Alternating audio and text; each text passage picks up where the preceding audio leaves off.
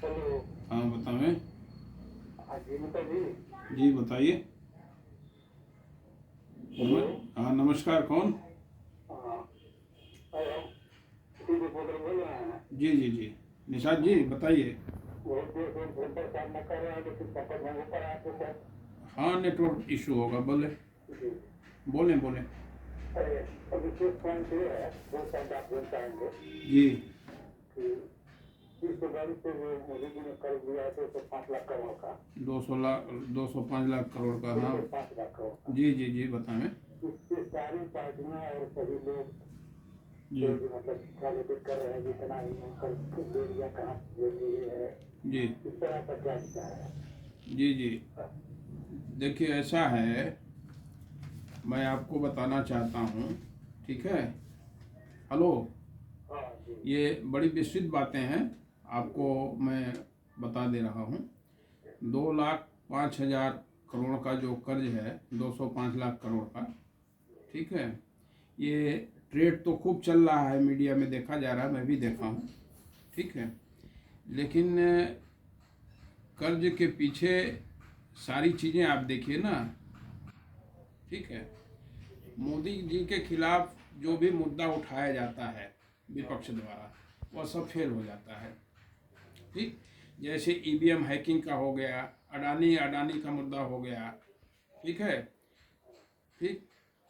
और अब ये हवा बहाया जा रहा है कि श्रीलंका वाली स्थिति भारत की हो जाएगी, जो कर्ज आपने अभी पूछा है, ठीक है। उसी पे मैं बोलना चाहता हूँ, जो पूरी तरह से गलत है। भारत की ये स्थिति कभी नहीं होगी, मैं आपको बताना चाहता हूँ। विपक्ष बौरा गया है, बौखला गया है, क्योंकि उसकी दुकानें बंद हो गई राजनीति की, नंबर एक, ठीक है। नंबर दो, विपक्ष आईएमएफ की रिपोर्ट जो पेश कर रहा है, वो तोड़ मरोड़ के पेश कर रहा है, गलत तथ्य, सही तथ्य तो छिपाया जा रहा है, ठीक। और गलत तथ्य प्रस्तुत करके सरकार को घेरा जा रहा है, जनता को गुमराह किया जा रहा है, ठीक है। और आपको बताऊं, सन 2014 में जब मोदी सरकार आई, तो मनमोहन सरकार ने 55 लाख रुपए का कर्ज देश के ऊपर डाला था, ठीक, ठीक है। जो भी है, मुझे 55 लाख की रिपोर्ट है, ठीक है। आप लोगों को रिपोर्ट कुछ ज़्यादा रहता है, ठीक। और अब आईएमएफ के मुताबिक 2014 में 55 लाख करोड़ का कर्ज, 2022-23 में 2,05,000 करोड़ का विपक्ष द्वारा हल्ला उड़ाया जा रहा है, ठीक है। मैं सहमत हूँ उनकी बात से, ठीक। लेकिन मैं क्या कहना चाहता हूँ, देश की जनता को मैं यह बताना चाहता हूँ कि यदि किसी देश पे कर्ज 100% से ज़्यादा होता है तो हाई रिस्क होता है, ठीक है। क्यों भाई, आप लोग भी पढ़े लिखे हैं, जान रहे हैं, यहाँ बैठे हैं, ठीक है, ठीक। और 100% हाई रिस्क होता है और 100% से कम कर्ज होता है, तो वो भी रिस्क माना जाता है, ठीक है, ठीक। लेकिन एक चीज़ और बताना चाहता हूँ, भारत की जीडीपी के मुताबिक कर्ज अभी 81% है। जो जीडीपी का हमारा अनुपात है, उसके अकॉर्डिंग अगर देखा जाए तो 81% है, फिर भी हाय तौबा मचा हुआ है। विकसित देश की बात अगर की जाए, जैसे जापान हो गया 260%, सिंगापुर हो गया 167%, अमेरिका हो गया जो सुपर पावर है 121%, ठीक। और फ्रांस जो कि बहुत बड़ी इकनॉमी है 111%, ब्रिटेन जो देश पे शासन भी किया 102%। तो भारत तो 81% के कर्ज में है महोदय, ठीक है। फिर भी हमारे यहाँ हाय तौबा मचा हुआ विपक्ष के द्वारा, ठीक।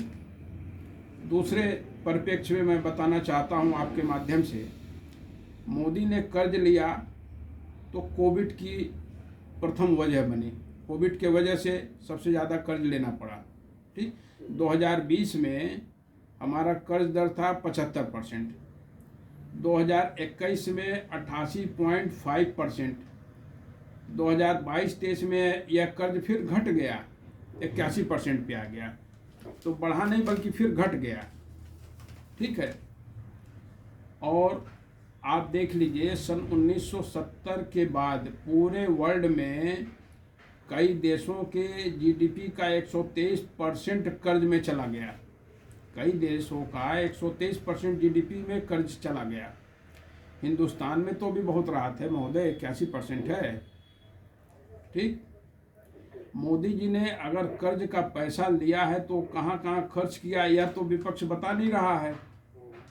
मैं आपको बताना चाहता हूँ आपके माध्यम से, कोविड के 2 माह के भीतर मोदी सरकार ने आत्मनिर्भर भारत पैकेज इशू किया था, जो 20 लाख करोड़ का पैकेज था जो जनता को दिया गया है। ठीक।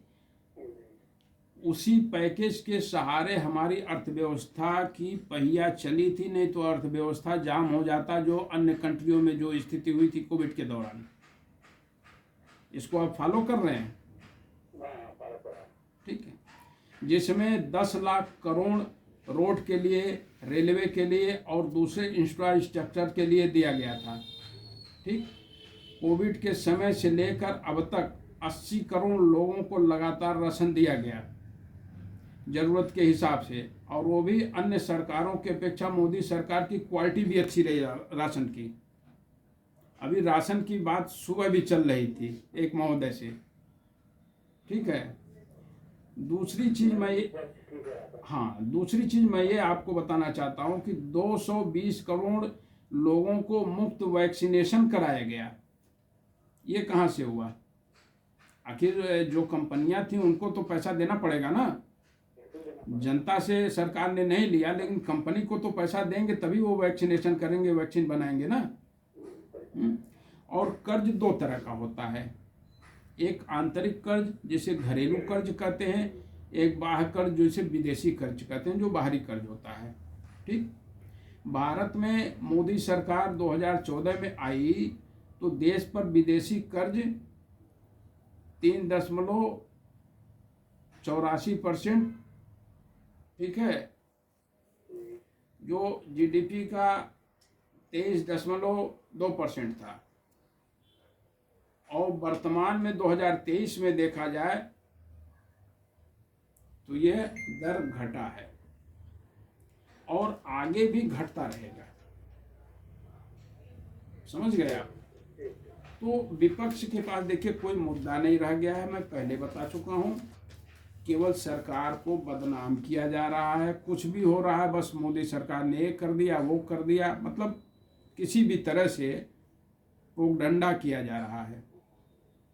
बोहनी लोगों की बंद हो जाएगी आगामी इलेक्शन में। आप देख लीजिएगा, एक एक सीट नहीं लोग पाएंगे। जितने भी दल हैं, समझ गए, जितने भी दल हैं उनकी बोहनी बंद हो जाएगी। तो सरकार बहुत ठीक काम कर रही है।